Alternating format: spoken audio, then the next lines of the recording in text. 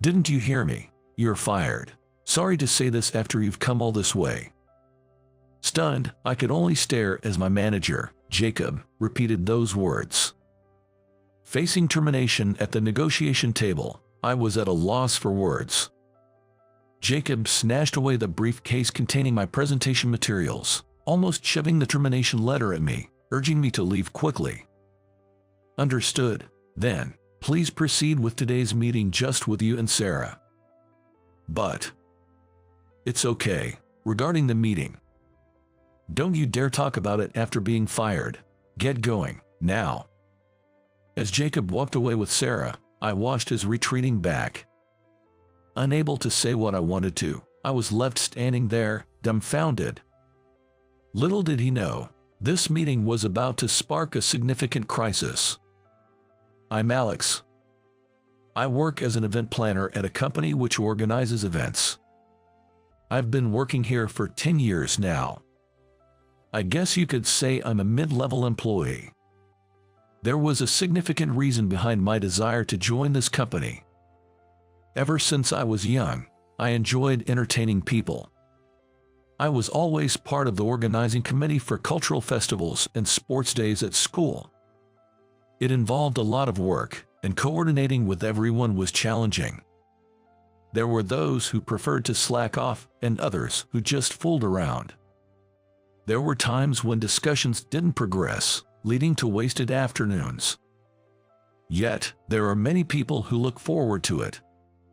I want to entertain everybody who feels that way. With this determination, I took care of everything from budget management to pamphlet creation. Eventually, all events were a huge success. Watching everyone enjoy themselves gave me an immense sense of satisfaction. Then, one day, President Miller came to my high school for a lecture and said, "Events are about making people happy, by listening to their needs and creating ideas that enrich their lives. Seeing them smile is the most rewarding experience. Our company is dedicated to brainstorming such creative plans every day." I was struck by a bolt of lightning by his word. Exactly, that's it. I want a job where I can satisfy everyone, evoke emotions, and create smiles. That's the kind of work I want to do. His company specialized in planning events. Though I was uncertain about my career path, I no longer had any doubts. I wanted to work for his company. But would they hire a high school graduate? It was almost like taking a gamble. There's also the option of going to college and then looking for a job. That might be the safer bet. But I wanted to start working at that company right away. I studied desperately. It was an effort far beyond what I had put in for my high school entrance exams. Not just that, but I also attended various events and researched the event industry extensively. Perhaps my efforts paid off, as I managed to secure a position at the company. So, that's how I ended up here. Perhaps because it's my calling, I find my job incredibly enjoyable. I brainstorm event ideas and propose them to clients. While it's rare for ideas to be accepted in one go, I listen to their requests like, "Can it be done this way?" and make the necessary adjustments. Gradually shaping the plan, we prepared content and promoted it for the big day. Then, on the day, we worked to ensure everyone could enjoy the event. Despite the numerous challenges, what I loved most was the sense of accomplishment after successfully pulling off the event. However, even such a company has its troubles. Hey, what happened to the funding for that event we discussed before? Well, we can cover it alone, so we're proceeding as initially planned. That won't make the client happy. If we make this a big event, it'll bring in more requests in the future. Find some sponsors. But that's what, you can't do it. It's an order from your superior. I'll try to negotiate. That's my boss, Jacob. His personality is the complete opposite of mine, who prefers to proceed with caution. He's a difficult person who constantly presents us, his subordinates, with impossible tasks, all in the name of achieving results. Indeed, more funds would allow for a larger event, pleasing to the client. An event that exceeds expectations has the power to attract people. This is true for both the organizers and the participants. Because this time was good, let's rely on this company for future events. The possibility of them thinking this way increases. However, this client does not desire that.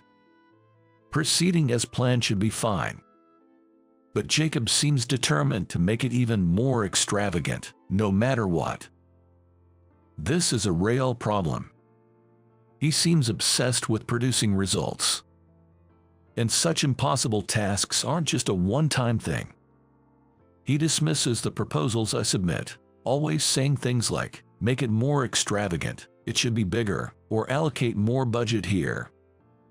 Of course, I do what I can within my capabilities. It's my job, after all, and giving it my all is a given. But not everything is passable. Jacob, that's impossible. We should proceed as we are now. Don't talk back. I'm your boss. You just need to follow through with the plan as told. And the conversation goes nowhere. Yet, proceeding in such a state would cause trouble both for our company and the client. Each time, I had to interrupt my work to revise and adjust a plan within a barely acceptable compromise, not as Jacob dictated. Then one day, I'll be working here from today. My name is Sarah Miller. Nice to meet you. A new employee joined us. This was welcome news. Having more employees means more ideas are born. In this job, ideas and individuality are crucial. Moreover, the newcomer, Sarah, was quite beautiful. Not with any ulterior motive, but having a beautiful person around really brightens up the place. Great, a pretty lady joining us is a breath of fresh air. Thank you. How about we celebrate your joining with a meal? I know a great French place, or would you prefer sushi? No, thank you, I'm not interested in that. Well, that was blunt.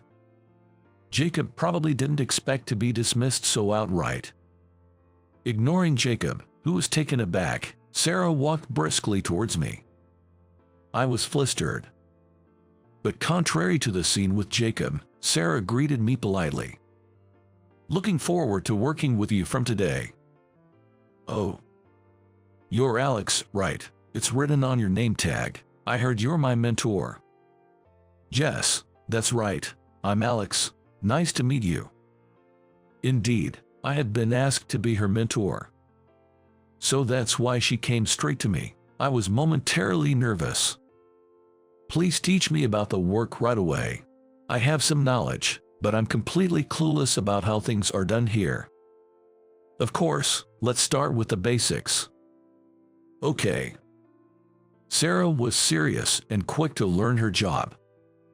Since she would ask questions whenever she didn't understand something, it was really helpful for me. It made teaching quite rewarding. Maybe it was because she asked and learned so well that I, as her mentor, felt I couldn't be outdone. All the knowledge and know-how I had acquired so far, I taught it all to Sarah. With this pace, she was bound to become an immediate asset. Damn, getting all cocky just because she's pretty. Acting all high and mighty with just a high school diploma. Apparently, Jacob can't stand that. I couldn't help but give a wry smile when I heard his blatant insult. But putting that aside, I continued to teach Sarah her job. 3 months passed. Whether it was due to our hard work, Sarah and I managed to secure a job planning an event for a major corporation. Though it was still at the negotiation stage. But if they liked what we presented, they would surely give us the job. For the upcoming meeting, we were tasked with creating presentation materials for our pitch.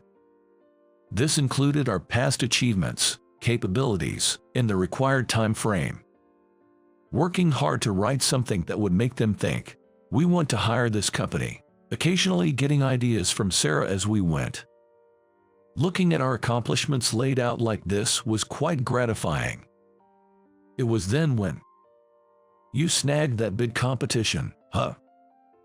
Jacob, I don't know how you did it, but that's impressive. Makes me proud as your boss. I wondered where he had heard about it. Jacob appeared, grinning as he continued. Mind if I join in on that meeting? What?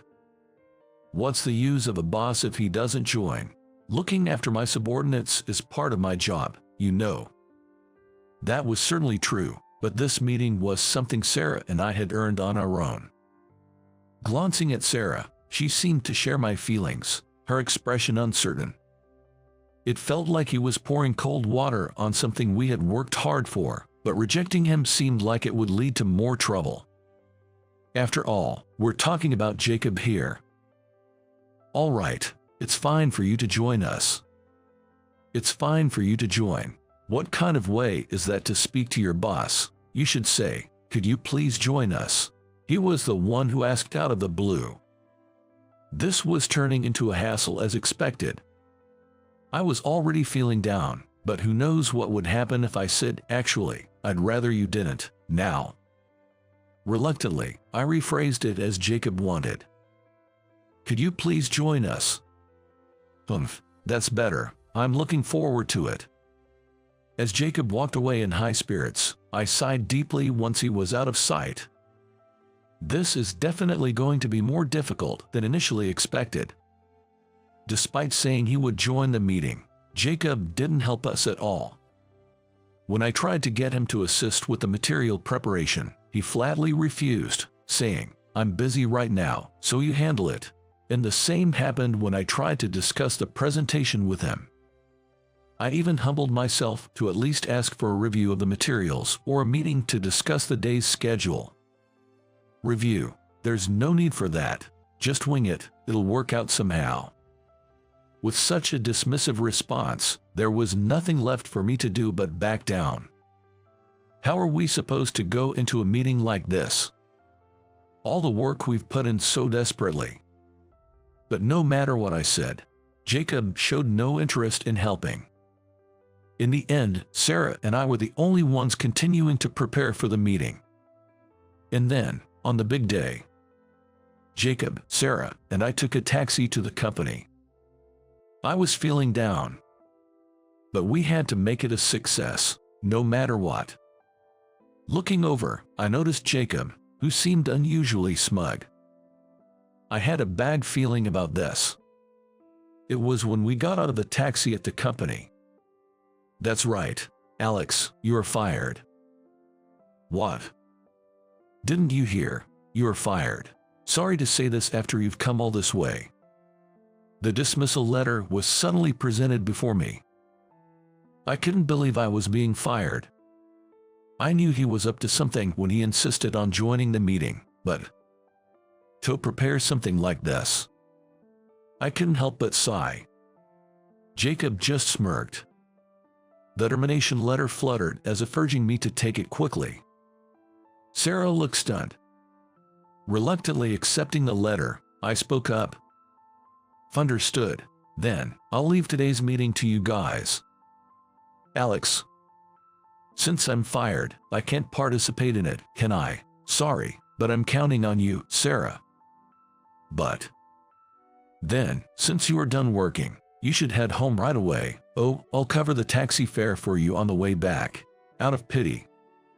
A $50 bill was pulled out of a wallet. Its fluttering motion reminded me of the earlier dismissal letter. I refused it and said, Jacob, about the meeting. You're already fired. Don't meddle in this meeting. But this is important.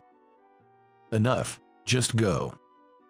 Cutting me off, Jacob stormed into the company. There was something I needed to say. Sarah glanced back and forth between me and Jacob before apologizing. I am sorry, I need to go, and hurried after Jacob. Will everything be okay? Thus, it began without me. It was our chance to pitch our company to President Taylor. Sarah and I had worked hard to prepare the presentation materials for this moment. However, Jacob froze the moment he saw the materials. What is this? I don't know any of this. In fact, I had significantly changed the content of the presentation at the last minute. We came up with various ideas and worked on them, but what I believed was most important for this company's work was passion, so I decided to make a bold change. Jacob didn't listen to me and went straight to it, but that's what I wanted to tell him. He must have been confused by all the unfamiliar content. Jacob turned pale and was at a loss for words. Moreover, it was impossible for him, who had hardly attended any meetings, to handle this. The result was a disaster. The presentation was postponed. After the meeting, Jacob and Sarah returned to the company to report the results. They were severely reprimanded by the higher-ups. Instead of feeling down, Jacob got angry. His anger was directed at Sarah, who hadn't provided much support for him during the presentation, even though she was present. "It's all your fault. I know you changed the documents on purpose to set me up. We didn't do anything like that. You can say whatever you want. I bet all those meetings were just to set me up, weren't they? Am I wrong?" "That's not true. Please stop making baseless accusations." "Then why didn't you tell me the presentation materials were changed?" "Alex tried to tell you. You just didn't listen and went straight to the meeting." "What? You're just a newcomer and you're talking back to your boss like that? You know better than to defy me. You're fired too." As Jacob and Sarah argued, Jacob's voice grew louder and louder. The noise reached the nearby rooms. A door opened and a person with a puzzled look appeared. "What's all this commotion about? I heard something about firing." "President Miller is sorry. I was just talking." "Aha."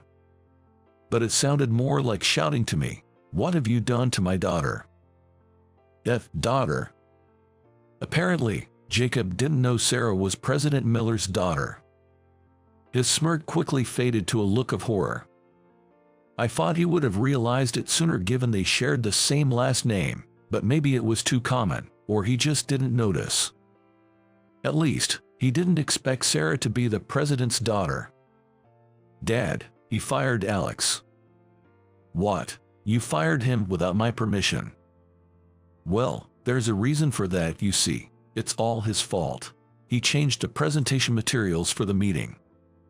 "It's because Jacob didn't attend the negotiation meetings. The change was last minute, but we had been discussing possibly making changes before that." "What? And Alex did try to tell you, but you fired him without listening, right?" Clearly at a disadvantage. Unable to counter Sarah's sound arguments, Jacob could only mumble incoherently. This was reminiscent of his behavior during the presentation. "Despite insisting on joining the meeting, you didn't help with the documents at all, and in the end, only we were working on them." "That's because I was busy. As a manager, I have lots of responsibilities." "Enough." President Miller's cold voice made Jacob flinch. He trembled like a scared deer, a far cry from his usual brashness. In this job, it's important to come up with ideas that make people happy and enrich their lives, but above all, I believe it's crucial to be willing to listen to others. "That's true. And how about you? You don't listen to anyone, only care about yourself. An employee who can't even engage in a proper conversation is not needed in our company." It was effectively a firing. Jacob, pale-faced, desperately pleaded with President Miller. "President Miller, I've learned my lesson from this incident. Please, anything but firing me." "Didn't you hear me? Sorry, but I need you to leave right away." This must be the result of not being willing to listen. Afterward, I was able to return to the company safely. There was a moment when I wondered what would become of me. It seems Sarah spoke to President Miller on my behalf. Apparently, Jacob's unilateral decision to fire me didn't have the authority to actually make it happen. The first task assigned to me upon my return was, well, starting off with a big task, a meeting with a major corporation. President Miller has personally requested you to make up for the previous failure. Let's give it our all. Yes, of course. This time is different. We've prepared the presentation materials thoroughly and with plenty of time to spare. Let's succeed this time. Yes, it was the presentation I couldn't participate in last time because I had been fired. President Taylor of the client company, having heard the circumstances, said, "Then, I want to hear your enthusiasm again." Given such an opportunity, we had no choice but to show what we could do. This time it will be okay. Sarah and I had thorough meetings, and our preparation for the presentation was perfect. We will definitely make it a success. And the result was, "That's great. Truly, well done. Congratulations."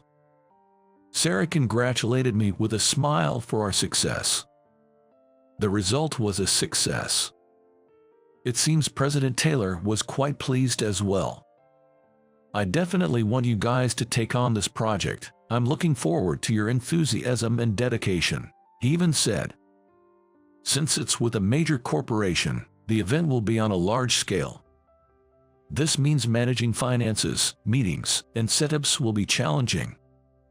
I've been working here for 10 years, but this will be the first time handling an event this big. The pressure is enormous, but responding to this is our job. We must see it through to the end." Still, I was really saved by having you around. I might have lost to my nerves if I were alone. That's not true at all, but if I was able to support you, then I'm glad. How about we celebrate and also as a thank you, go out for a meal? Sorry, you're not interested in that sort of thing, right?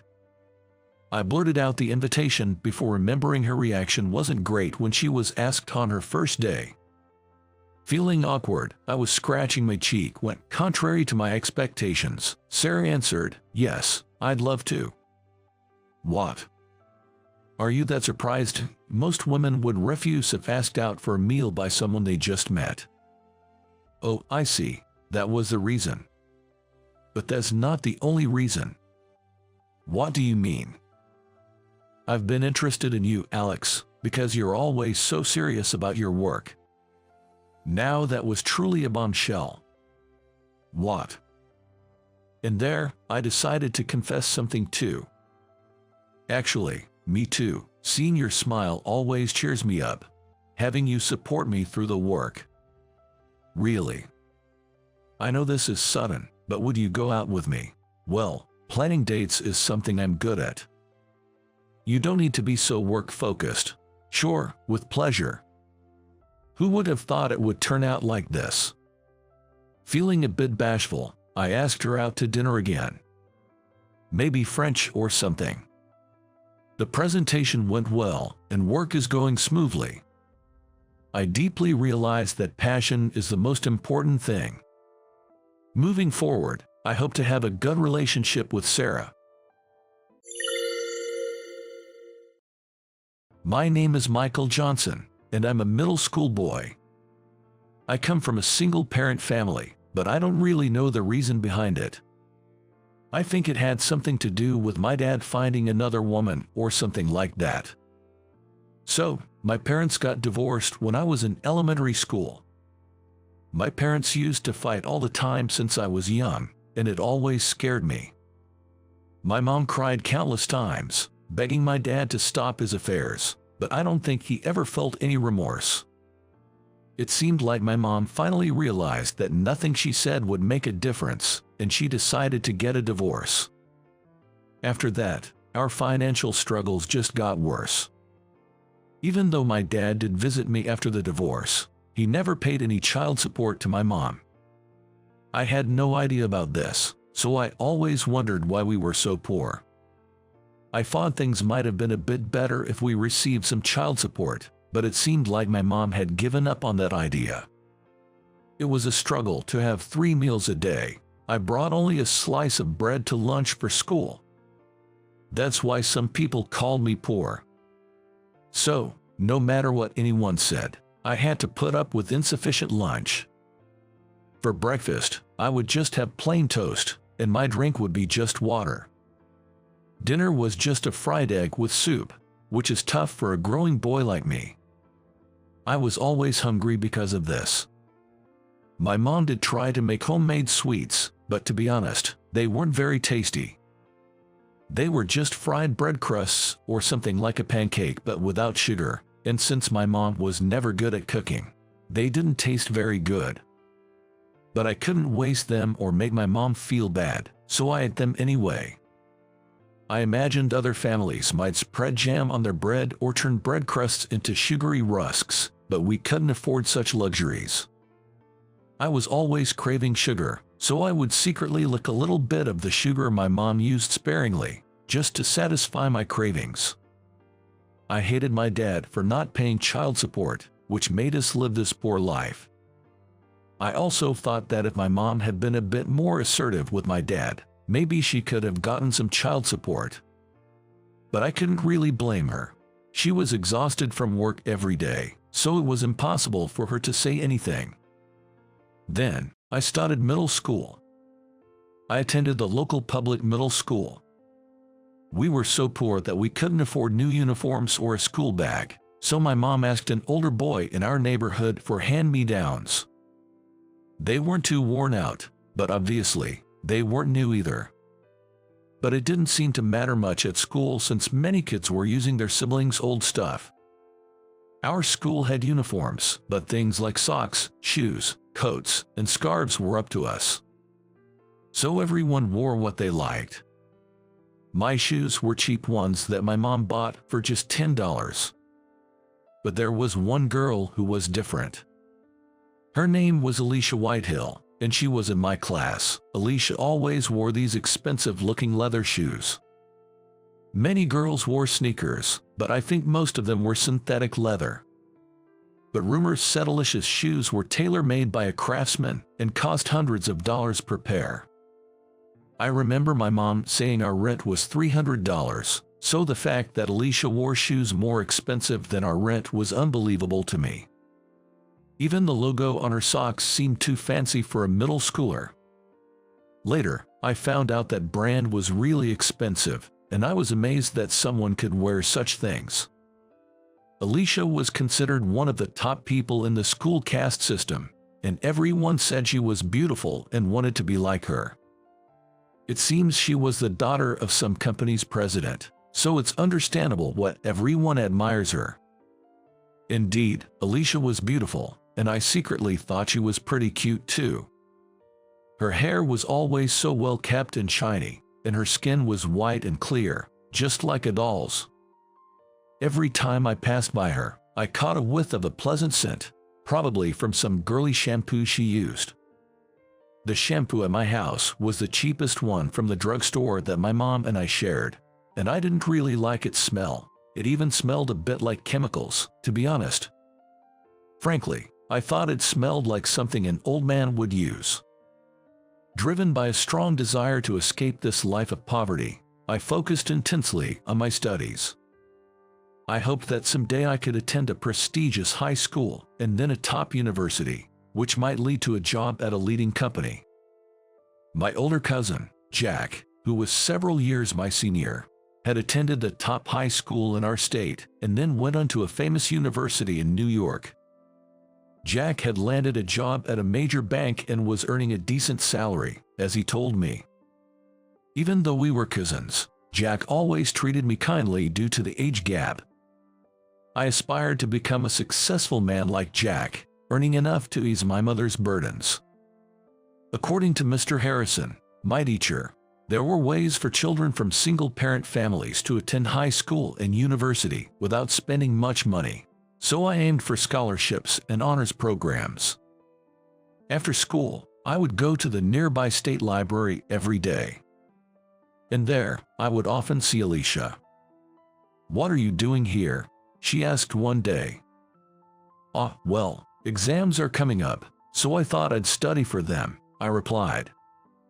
That's great. Can I study with you? I'm a bit weak in math, and you're good at it, right? Could you help me? She asked. Sure, that's fine, I said, and we studied together in whispers. Alicia had set aside the novel she was reading to learn math from me. See, the product of the outer terms and the inner terms is correct, so DE equals BC. Try multiplying this part, I explained. I see, this makes it easy. Thank you, I get it now, she said with relief. Glad to hear it. Now let's try solving this equation, I suggested. Okay, I'll give it a try, she agreed. Studying with Alicia made my heart race. I couldn't help but wonder if her closeness meant she liked me. Our elbows touched, and I secretly hoped she had feelings for me. The girly scent coming from her only added to my excitement. Being a teenager, I couldn't help but wish for a girlfriend, especially when some of my peers already had significant others. I imagined what it would be like if Alicia were my girlfriend, perhaps having library dates every day. Feeling my face turn red, I looked down to hide it. Why are you looking down? She asked. Oh, it's nothing. Should we head home? It's about dinner time, I suggested. Oh, right. I should get going before my mother starts to worry, she said. So you do say, mother. You really are a lady, I thought to myself. Let me walk you part of the way, I offered. As I walked her home, I was amazed by the size of her mansion. The house was so large it felt more like a mansion, and the grounds seemed incredibly expansive. Walking from the gate to the parking area and the front door was so far that I felt a bit dizzy from the vastness. See you, bye, she said as we parted. Thanks, bye, I replied. And then, to my surprise, Alicia asked me to be her boyfriend. It seems she was attracted to my good grades and intelligence. It's a bit embarrassing to say this about myself, but I guess I'm fairly good looking. You could say I'm what people call handsome. I was thrilled that she liked me and felt like I was on cloud nine. When we planned a date, I realized I had no decent clothes. The clothes I had from elementary school either didn't fit or were patched up, clearly showing our financial struggles. I was grateful that my mom had fixed them, but I couldn't wear those on a date. So, I asked my cousin Jack if he had any clothes from his middle school days. He said I could come over and take what I needed. So, I got some clothes from my cousin Jack, but they were clearly outdated. The jeans seemed more worn out than stylishly distressed.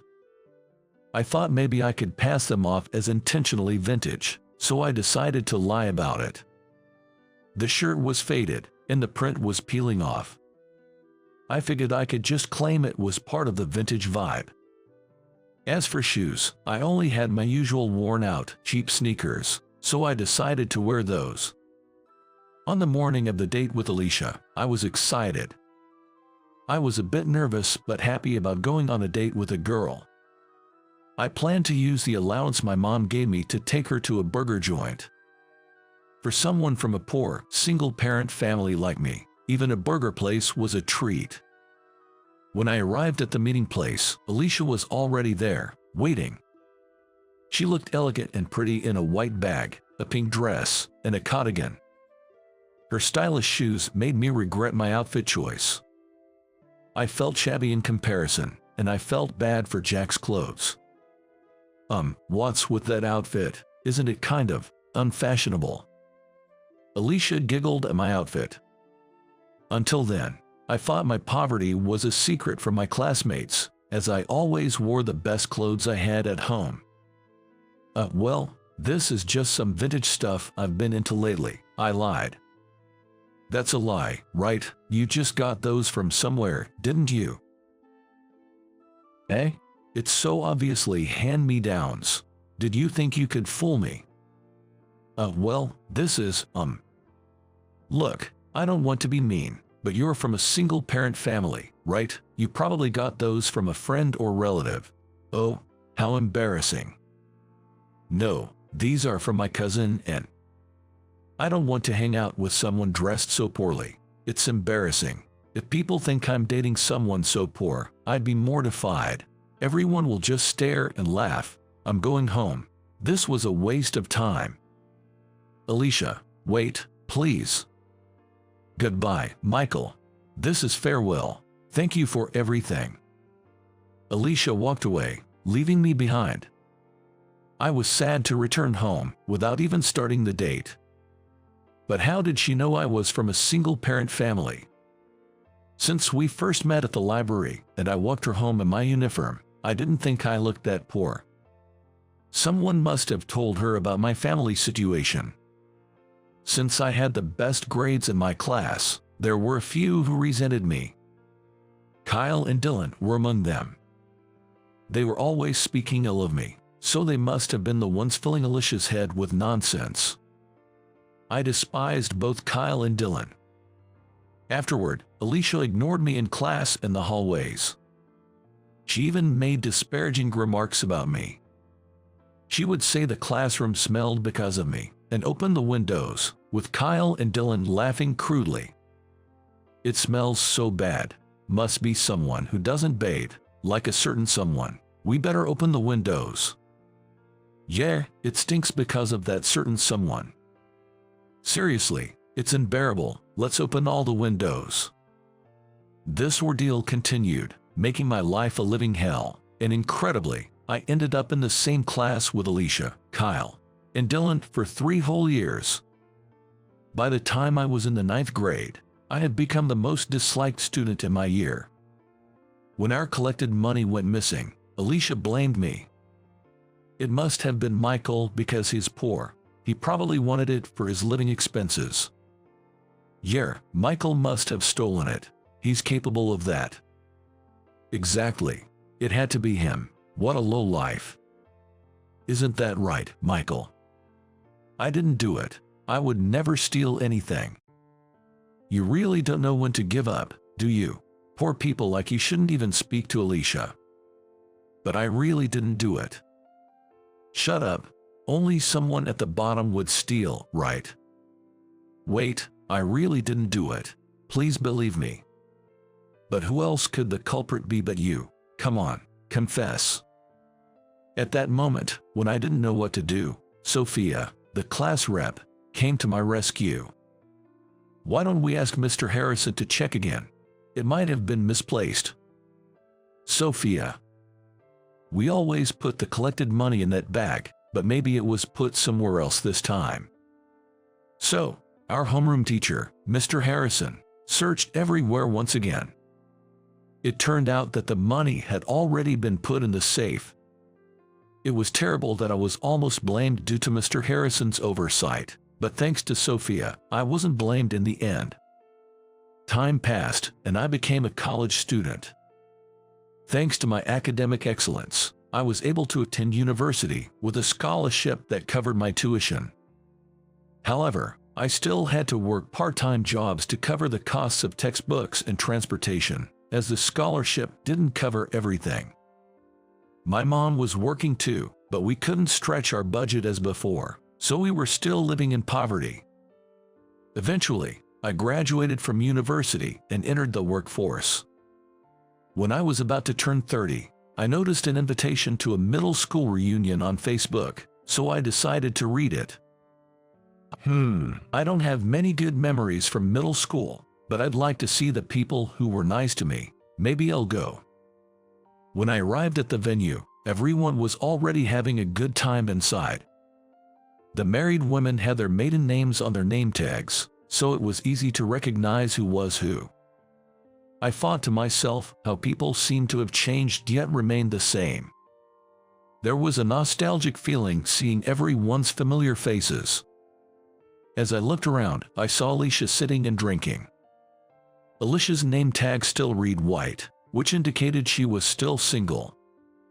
It seemed Kyle and Dylan were also single and were sitting around Alicia, completely smitten. Alicia noticed me and came over. Oh, if it isn't Michael. Long time no see. What's with the suit? Well, I came straight from work. I was supposed to be off today, but I got called in suddenly. Hawk work, you say? As if a job held by someone from a poor, single-parent background like yours could be anything significant. Ha ha ha. Right. His family's poor, so that suit must be borrowed. That's hilarious. A guy who can't even afford a decent suit is just the lowest of the low. Pathetic, Michael. It's so presumptuous for someone who's actually poor to wear something like that. The ragged look suits poor people better. This is more like it. Here. Alicia then splashed her beer on me, laughing loudly. Kyle and Dylan joined in the laughter. I was soaked from my head to my chest. Ha ha ha. This is fun. You're the best, Alicia. Yes, absolutely hilarious. Poor people should dress the part, right? Ha ha ha. Poor people should look the part. Yeah, right. Michael, you should go home dressed like that. Crawl back home like the bottom dweller you are.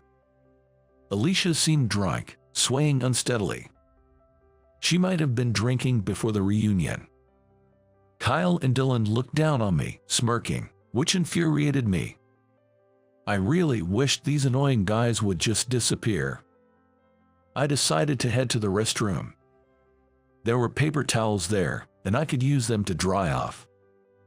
Just then, I ran into Sophia. She looked shocked. She used to wear braids and glasses in middle school, but now she had a bob cut and likely wore soft lenses. I recognized her from her name tag, but it took me a second to realize who she was. She seemed even more beautiful than before, and I found myself feeling a bit smitten. Hey, Michael, what happened to you? Why are you all wet? What on earth happened? Well, you see, Alicia threw her beer at me.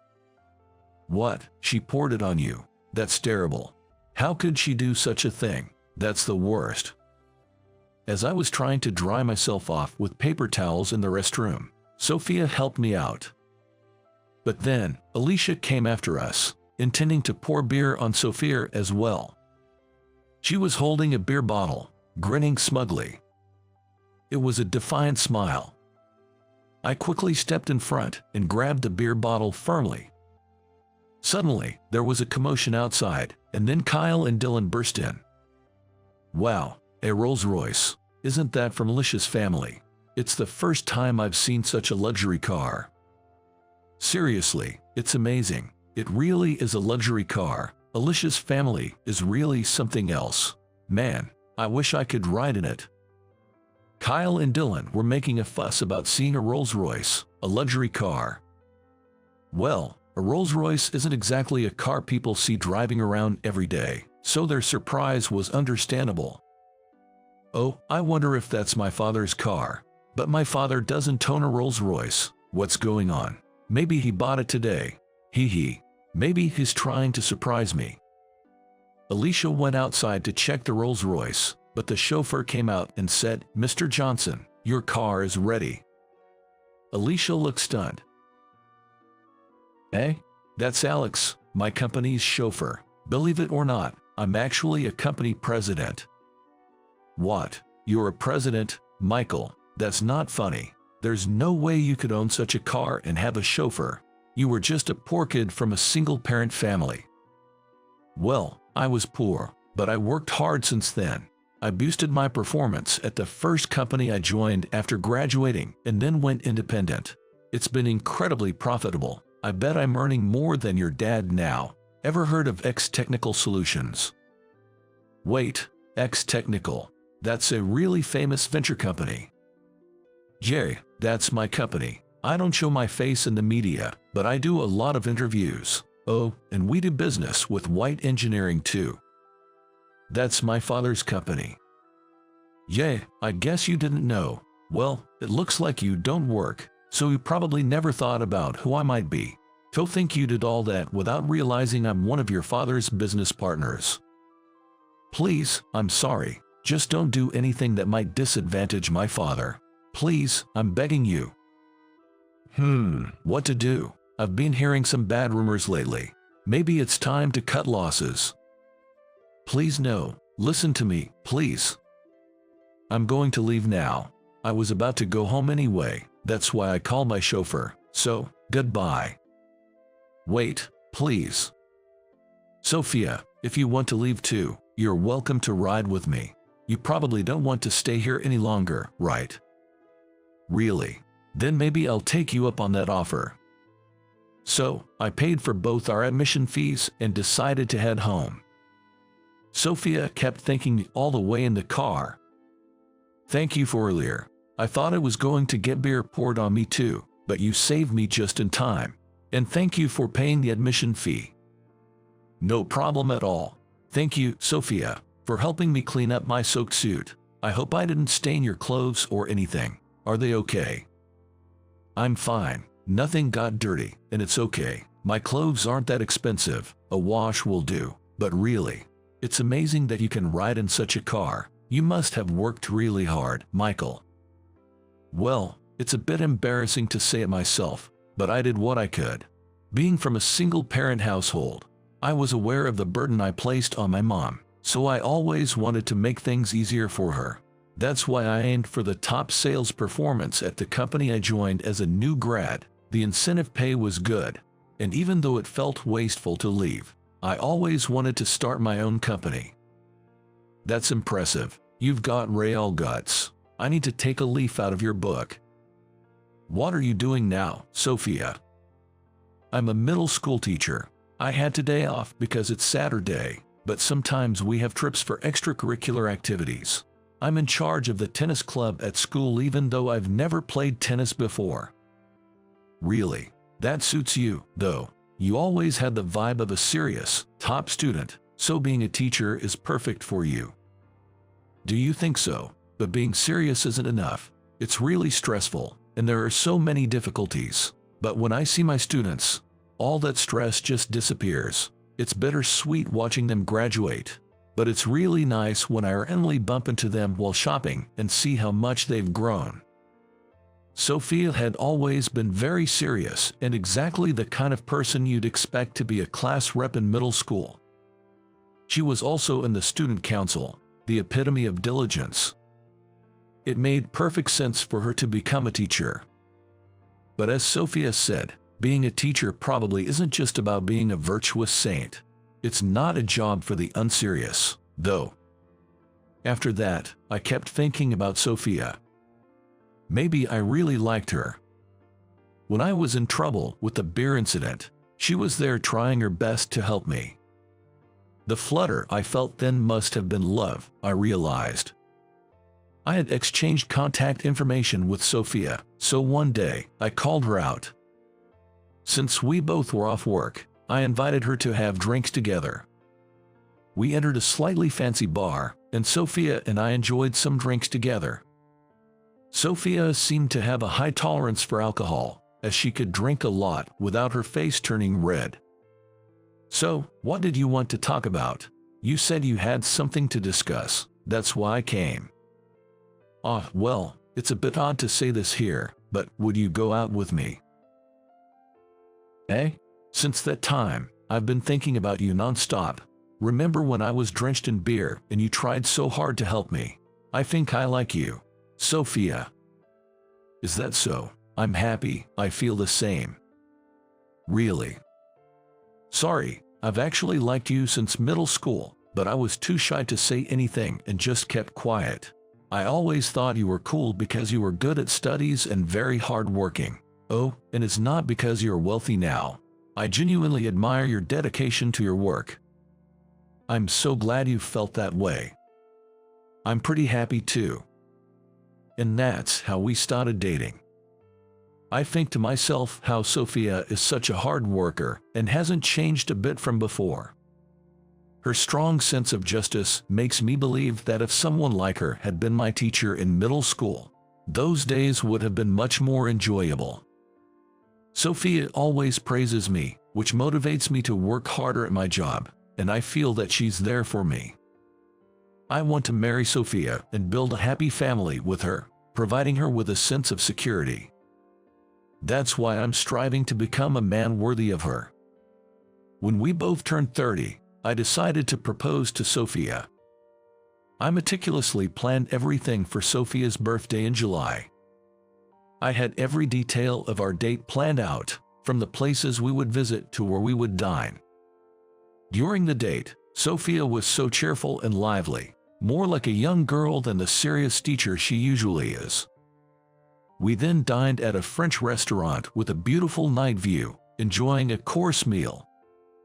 Every dish was delicious, and it felt like a dream come true.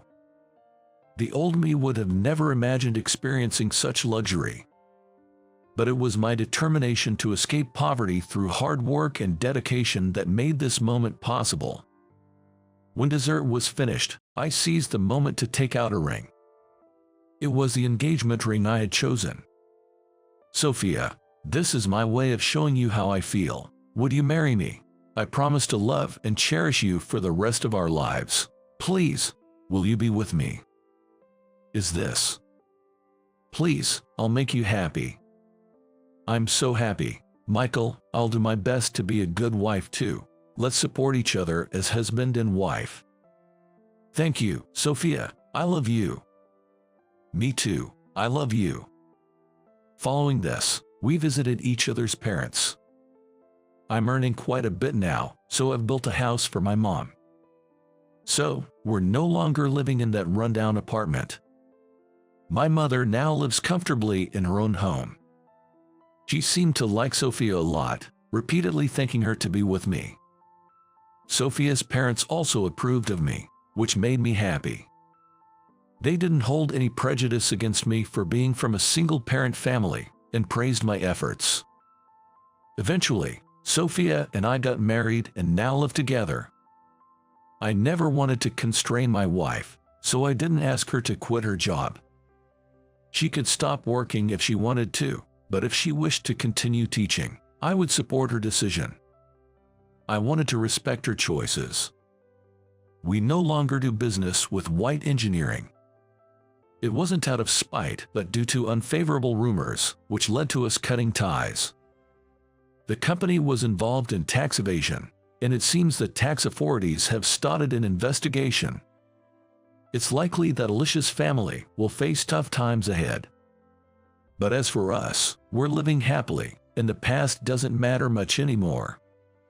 We hope to continue enjoying life together and maybe start a family.